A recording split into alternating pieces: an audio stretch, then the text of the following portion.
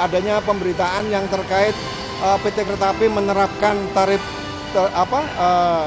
tinggi atau ada kenaikan, bahwa untuk PT Kereta Api Daop 1 bahkan secara umum PT Kereta Api menerapkan tarif batas atas dan batas bawah. Kemudian untuk kereta api bersubsidi itu mengacu kepada peraturan pemerintah terkait dengan Permen Perhubungan, ya, di mana pengaturan tarif bersubsidi diatur oleh Kementerian Perhubungan yang harus diterapkan dan dilaksanakan oleh PT Kereta Api. Jadi untuk tarif batas atas batas bawah, tips bagi para pelanggan yang akan bepergian menggunakan transportasi kereta api, karena pelayanan tiketing itu sudah dibuka jauh-jauh hari H-45, maka guna mendapatkan tarif tiket kereta api yang dengan menggunakan tarif batas bawah, bisa membeli awal-awal pada saat pengumuman atau H-45. Jika mendekati jadwal keberangkatan, subkelas yang tertinggi mungkin akan didapatkan. Seperti yang terjadi sebelumnya, bahwa penumpang membeli tiket pada rentan waktu atau pada ring waktu pada saat menjelang keberangkatan. Itu akan mendapatkan tarif dengan kategori subkelas batas atas. Ya, terima kasih. Perlu kami sampaikan kepada semuanya bahwa masa angkutan Lebaran ditetapkan mulai dari tanggal 21 Maret 2025 hingga tanggal rencana 11 April 2025. Hari ini tanggal 5 April 2025 memasuki H+4, di mana kita pantau bersama di stasiun Pasar Senen ini. Untuk pemudik memang masih cukup tinggi dibanding hari-hari biasa. Untuk keberangkatan hari ini yang bisa kita pantau di seluruh wilayah Daop 1 Jakarta ini masih dijalankan sebanyak 88 kereta api jarak jauh, termasuk di dalamnya adalah kereta api tambahan. Kemudian tiket yang terjual atau penumpang yang akan berangkat hari ini akumulasi untuk wilayah Daop 1 sebanyak 33.045 orang atau terjual 33.045 tempat duduk. Ketercapaian dari kapasitas yang diberikan sebanyak 67%. Kemudian untuk berangkat dari stasiun Gambir ada sebanyak 11.972 orang atau penumpang. Kemudian dari Pasar Senen masih cukup tinggi sebanyak 18.580 orang. Dan sisanya berangkat dari stasiun wilayah Daop 1 seperti Jatinegara, Cikampek, Cikarang, Karawang, dan Bekasi.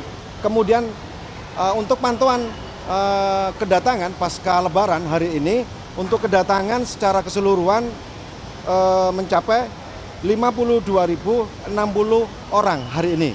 Kalau kita bagi per stasiun, untuk Gambir kedatangan sebanyak 16.496 orang atau penumpang. Kemudian kedatangan di stasiun Pasar Senen ada 18.580 orang.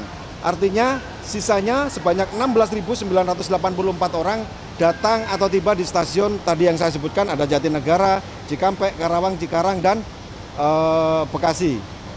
Terus kemudian untuk pantauan sementara untuk puncak arus balik di wilayah Daop 1 Jakarta terjadi pada tanggal 4 kemarin sebanyak 52.564. Namun ini penjualan atau sebagian penumpang yang belum check-in dan ada yang belum masuk data kami.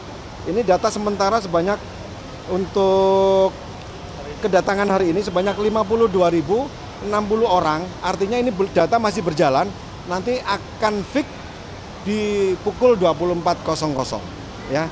Mungkin itu. Tapi kemungkinan besar hari ini juga masih termasuk dalam puncak arus balik Lebaran. Betul, lebih merata. Jadi mulai dari tanggal 3, 4, 5 sampai dengan puncaknya akan terjadi juga tanggal 6 sampai dengan tanggal 7. Karena tanggal-tanggal tersebut WFA dan libur adik-adik sekolah ini masih saja terjadi. Kalau untuk puncaknya sendiri arus baliknya itu mulai dari tanggal berapa sih Pak? Kalau kita lihat data paling tinggi itu sementara tanggal 4 April 2025 dan hari ini juga sudah 50.000 lebih.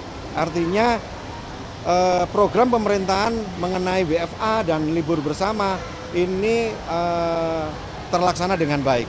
Karena baik mudik maupun balik ini hampir grafiknya menunjukkan volume penumpang yang hampir merata. Kalau antisipasi lonjakan penumpang balik yang sudah disiapkan dari KAI apa aja, Pak? Ya, tentunya antisipasi balik hampir sama dengan pada waktu mudik. Jumlah perjalanan kereta api kalau kita sampaikan sejumlah 1.800 lebih kereta api selama 22 hari. Kemudian ketersediaan tempat duduk sebanyak 1 juta lebih untuk kapasitas tempat duduknya, dan sampai dengan sekarang khusus yang pemudik itu sudah tercapai untuk hampir kurang lebih 80% penjualan. Ya. Itu data nggak sih Pak, paling banyak tuh dari daerah mana? Ya, kalau sementara pantauan itu berasal dari Yogyakarta, kemudian Jawa Tengah dan Surabaya. Iya. Kalau dibandingkan dengan tahun sebelumnya Pak, untuk arus balik ini lebih meningkat apa menurun juga Pak dibanding tahun sebelumnya? Maaf, itu tidak boleh disampaikan dulu untuk yang itu. Jadi peningkatan ada di kereta api mungkin ada, tapi memang untuk perbandingan belum kami hitung perbandingannya. Untuk ketersediaan tiket yang untuk kembali ke Jakarta apa masih tersedia atau seperti apa Pak?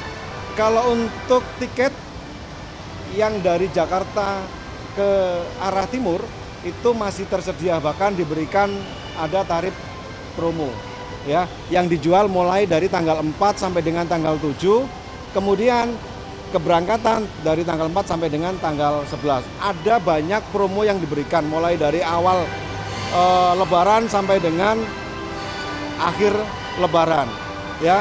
Kemudian perlu kami luruskan bahwa adanya pemberitaan yang terkait PT Kereta Api menerapkan tarif tinggi atau ada kenaikan, bahwa untuk PT Kereta Api Daop 1 bahkan secara umum PT Kereta Api menerapkan tarif batas atas dan batas bawah. Kemudian untuk kereta api bersubsidi itu mengacu kepada peraturan pemerintah terkait dengan Permen Perhubungan ya, di mana pengaturan tarif bersubsidi diatur oleh Kementerian Perhubungan yang harus diterapkan dan dilaksanakan oleh PT Kereta Api. Jadi untuk tarif batas atas batas bawah, tips bagi para pelanggan yang akan bepergian menggunakan transportasi kereta api, karena pelayanan tiketing itu sudah dibuka jauh-jauh hari H-45, maka guna mendapatkan tarif tiket kereta api yang dengan menggunakan tarif batas bawah bisa membeli awal-awal pada saat pengumuman atau H-45. Jika mendekati jadwal keberangkatan, subkelas yang tertinggi mungkin akan didapatkan. Seperti yang terjadi sebelumnya, bahwa penumpang membeli tiket pada rentan waktu atau pada ring waktu pada saat menjelang keberangkatan. Itu akan mendapatkan tarif dengan kategori subkelas batas atas. Ya.